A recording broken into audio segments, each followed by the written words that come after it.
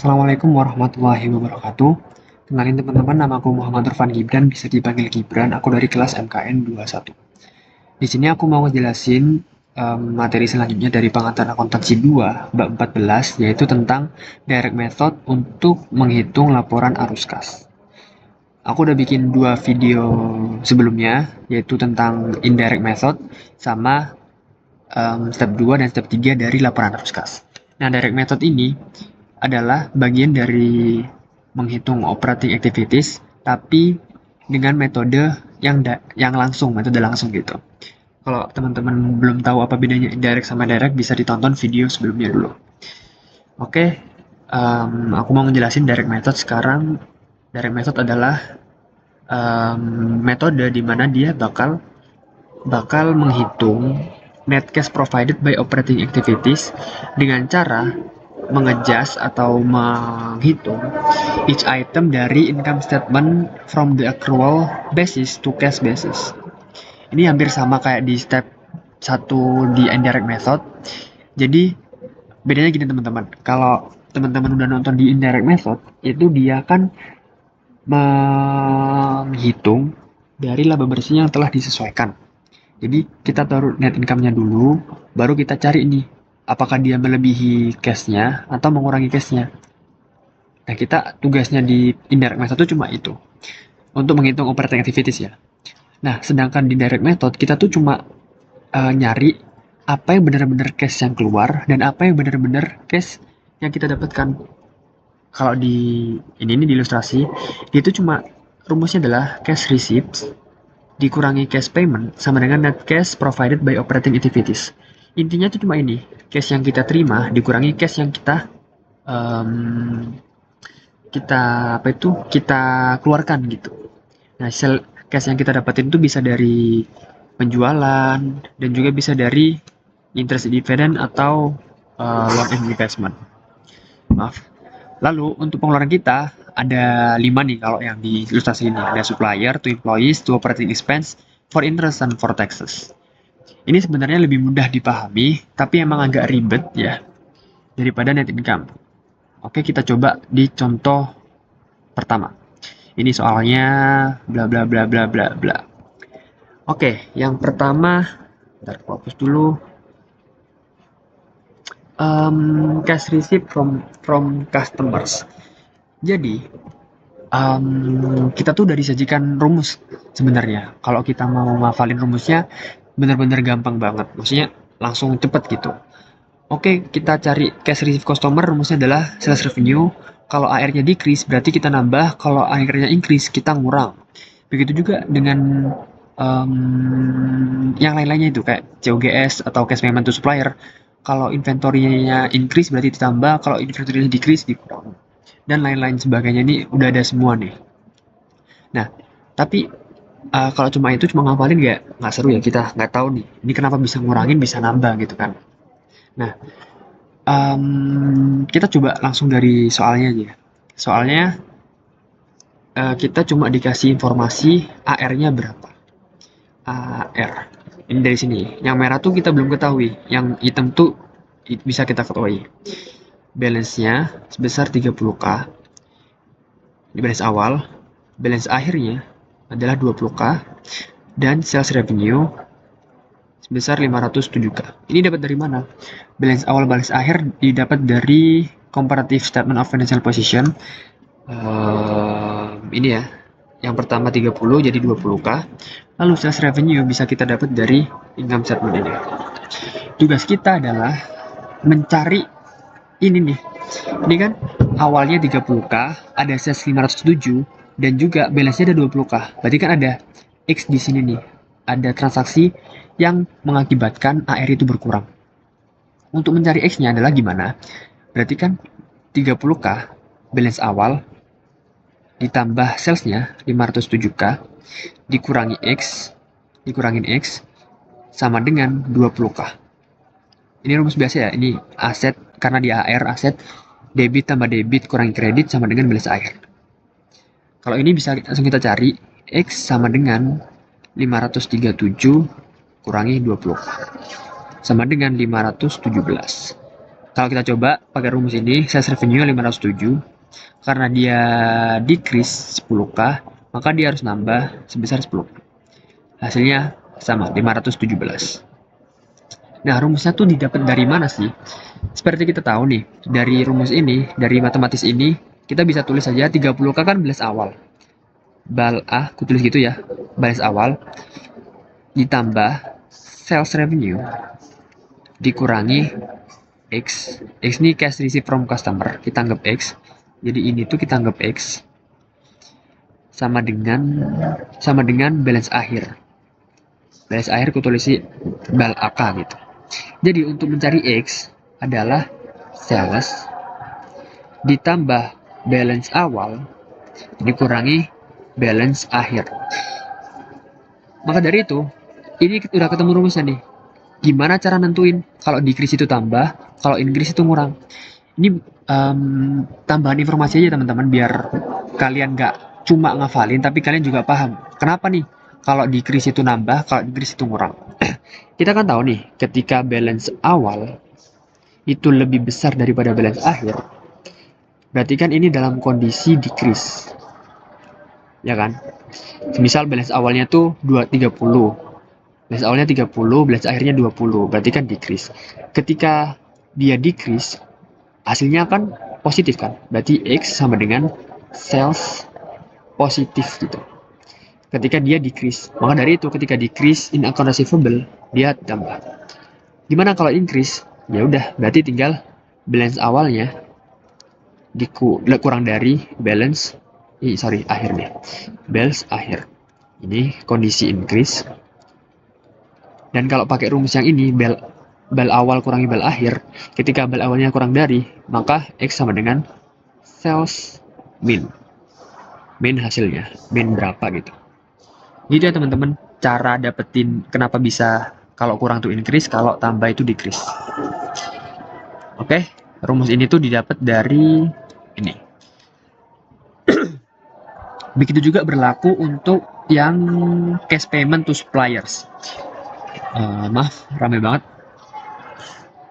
Oke, coba payment to suppliers. Ini juga berlaku sama persis. Yang pertama kita butuh narasinya dulu deh, aku baca. Kita tuh dapat informasinya itu cuma yang item-item aja. Jadi inventory itu kita cuma dapat balance-nya adalah 10k. Lalu balance akhirnya adalah 15k. Dan juga COGS sebesar di 150.000. Nah, COGS dapat dari mana? Dari sini. Inventory didapat ini, balance awal, balance akhir. COGS-nya adalah didapat dari income statement. Di sini 150.000. Oke. Setelah itu, kita kan butuh ini nih.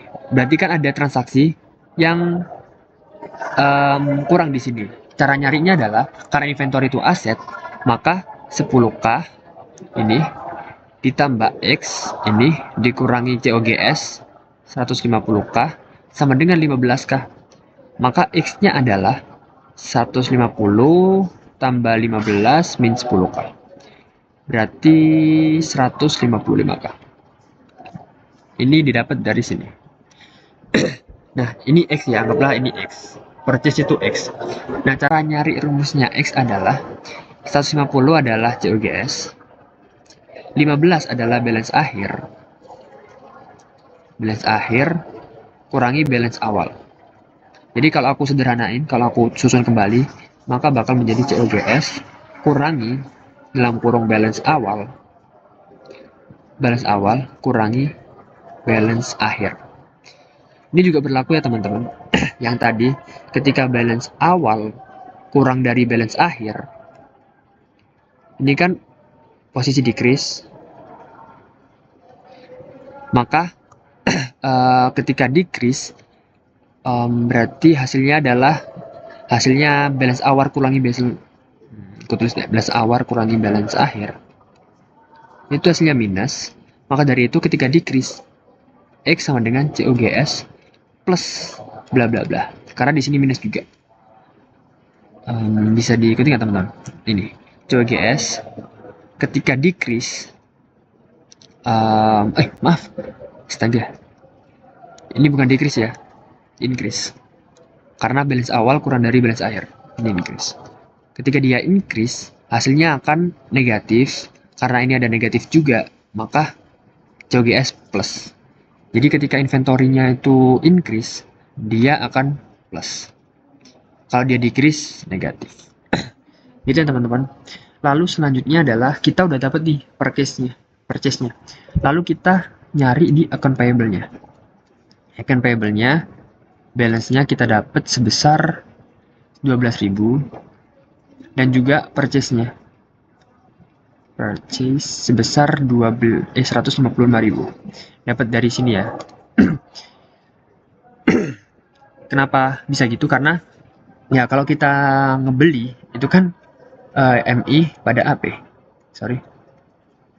MI pada AP sebesar 155k. MI-nya masuk di sini di X-nya, sedangkan AP masuk di purchase-nya. Lalu didapat balance akhirnya adalah 28.000. Berarti increase nih. Kita kan berarti ada missing di sini X-nya. Cara nyari X adalah karena AP saldo normalnya di kredit 12k balance awal tambah 155k purchase dikurangi X sama dengan 28k. X sama dengan 12 tambah 155 dikurangi 28. Berarti ini 167 kurangi 28. Berapa tuh? 139. Bentar, aku cek. Aku cuma nyocokin situ.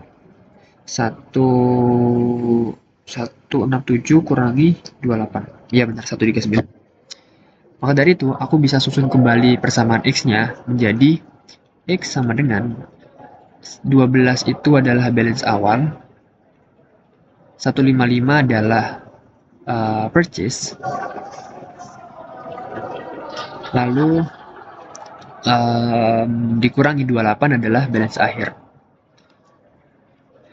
Berarti X sama dengan purchase ditambah balance awal dikurangi balance akhir. Oke, ini kita dapat nih. Purchase kan tadi kita tahu, purchase itu adalah COGS min balance awal kurangi balance akhir.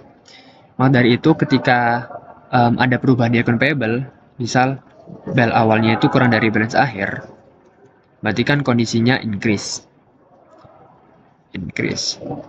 Ketika balance awal kurangi balance akhir, itu sama dengan increase, berarti kan hasilnya minus. Maka dari itu X sama dengan purchase minus bla bla bla. Kalau dalam kondisi increase, bisa dilihat di sini. Increase in account payable bakal ngurangin, decrease in account payable bakal menambah. Semoga teman-teman gak bingung ya. Kalau bingung bisa tanya langsung aja atau bisa diulang-ulangin gitu. Ini juga berlaku di semuanya. Di operating expense ini ada sebabnya pasti positif negatif bisa dikulik sendiri teman-teman kalau aku jelasin semuanya waktunya terlalu panjang karena kalau keperluan kalian cuma ngerjain UAS itu bisa dihafal aja teman-teman ya tinggal ngafalin beberapa doang ya bisa lah ya nggak sebanyak PPKN kan tapi kalau teman-teman punya kekhawatiran bakal lupa atau gimana ya bisa dicari tahu nih filosofinya gimana kenapa bisa plus kenapa bisa minus kenapa bisa plus kenapa bisa minus gitu ini cuma tinggal menambah mengurangi aja teman-teman oke berarti kita udah 2 soal nih cash payment sama cash payment kita dapat sebesar 500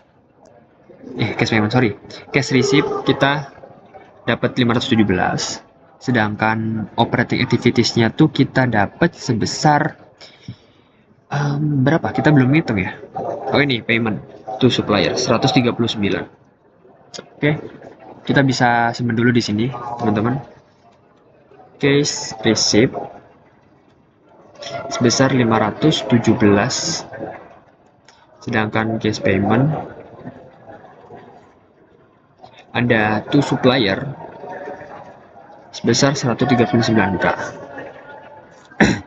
Kita lanjut untuk selanjutnya nih, operating activities untuk cash payment for interest. Maaf, belum. For operating expense dulu. Kita tahu cash payment for operating expense-nya adalah 115k. Didapat dari mana? Didapat 111 dari operating expense-nya dan juga increase in prepaid. Ini bisa dilihat langsung aja dari ini ya. Dari mana? Bentar. Ini. Operating expense 111 dan juga kenaikan prepaid-nya di sini. Increase in prepaid. Karena udah ada rumusnya. Jadi gampang. Mana tadi? Ini. Kalau operating expense, kalau dia increase prepaid maka nambah. Kalau decrease di accrued expense payable dia nambah juga. Kalau increase dia kurang. Karena di sini nggak ada accrued expense payable, kita cari di soalnya nggak ada ya. Nggak ada di sini biasanya. Jadi tinggal nambah itu aja. Maka dari itu for operating expense sebesar 115.000. Kita tulis dulu operating expense 115. Oke, selanjutnya adalah for interest. Dia computer service punya interest expense sebesar 42.000. Maka dari itu cash paid for interestnya juga 42.000 karena balance-nya nggak ada. Kita cari for interest 42.000. Ini penulisannya bisa dicek lagi ya teman-teman, aku agak lupa. 42.000. Lalu selanjutnya adalah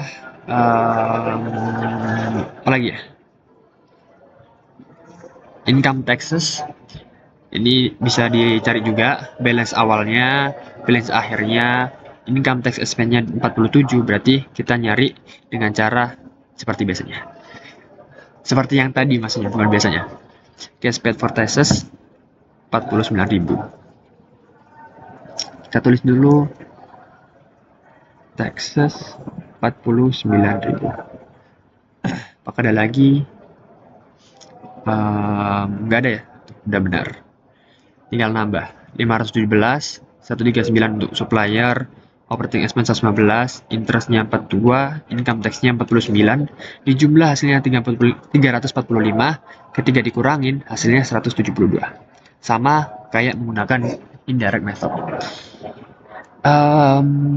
Itu aja teman-teman untuk video kali ini, karena di video ini kita nggak perlu step 2 sama step 3 karena sama persis, nggak ada bedanya sama di video sebelumnya. Jadi kita cuma perlu belajar yang di video sebelumnya aja. Oke.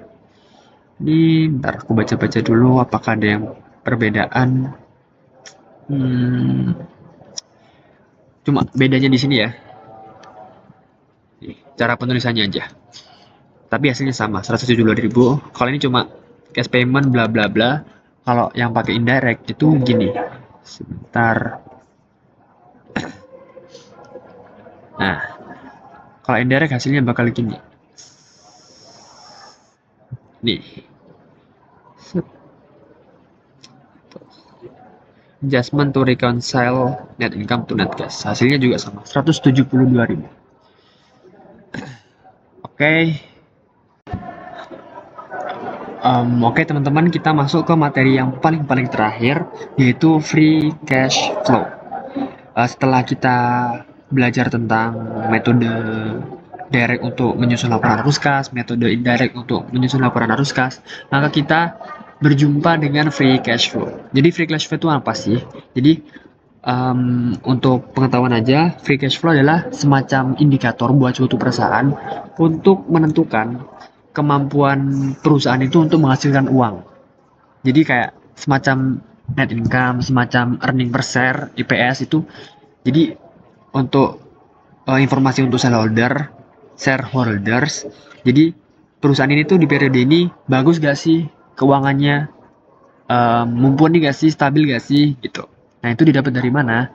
Itu didapat dari pengurangan antara net cash yang didapat di operating activities dikurangi dengan capital expenditure dan cash dividends.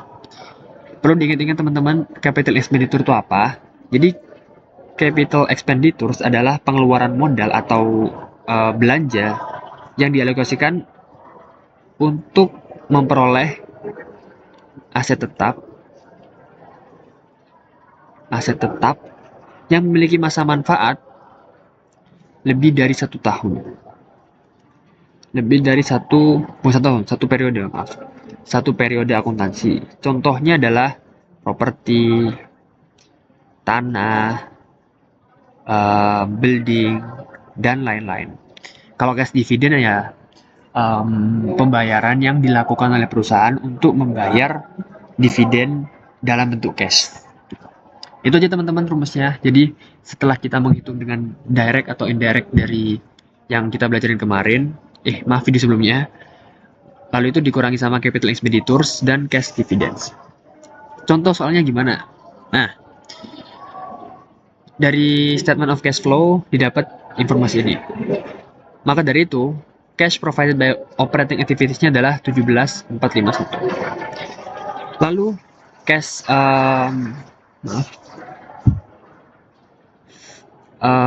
capital expenditures adalah pengeluaran modal ya. Kalau kita baca addition to property and equipment ini masuk, purchase of non controlling interest nggak masuk karena interest, sale of property apalagi, acquisition of company nggak, other nggak bisa dimasukin. Jadi yang kita masukin capital expenditure terus cuma 3869 yaitu dari property and equipment and intangible. Berarti kurangi 3869 kurangi cash dividend. Cash dividendnya sebesar 6253. Hasil pengurangannya adalah, sebentar saya hitung dulu, 17,451 dikurangi 3869 dikurangi 6253. Hasilnya adalah 7329. Ini adalah free cash flow. Oke teman-teman, sebagai yang terakhir untuk mungkin teman-teman masih bingung perbedaan antara direct sama indirectnya. Mungkin nanti aku request ke BAM-nya untuk nyantumin link di YouTube-nya, bisa teman-teman cek itu perbedaannya gimana dan kelebihan kekurangannya itu dari masing-masing metode itu apa. Oke, jadi kita dapat FCF-nya atau free cash flow-nya 7329. Mungkin itu aja teman-teman yang bisa aku jelasin di kesempatan kali ini. Kalau ada salah kata atau salah penjelasan aku mohon maaf. Dan kalau ada yang masih bingung bisa banget feel free untuk tanya ke aku langsung di WA atau di Instagram aja. Sebagai penutup, terima kasih teman-teman udah nonton. Semoga UASnya lancar dan semoga di materi ini kalian bisa bener-bener mahamin biar waktu UAS kita bisa ngerjain semaksimal mungkin. Terima kasih teman-teman, aku akhiri. Wassalamualaikum warahmatullahi wabarakatuh. Dadah.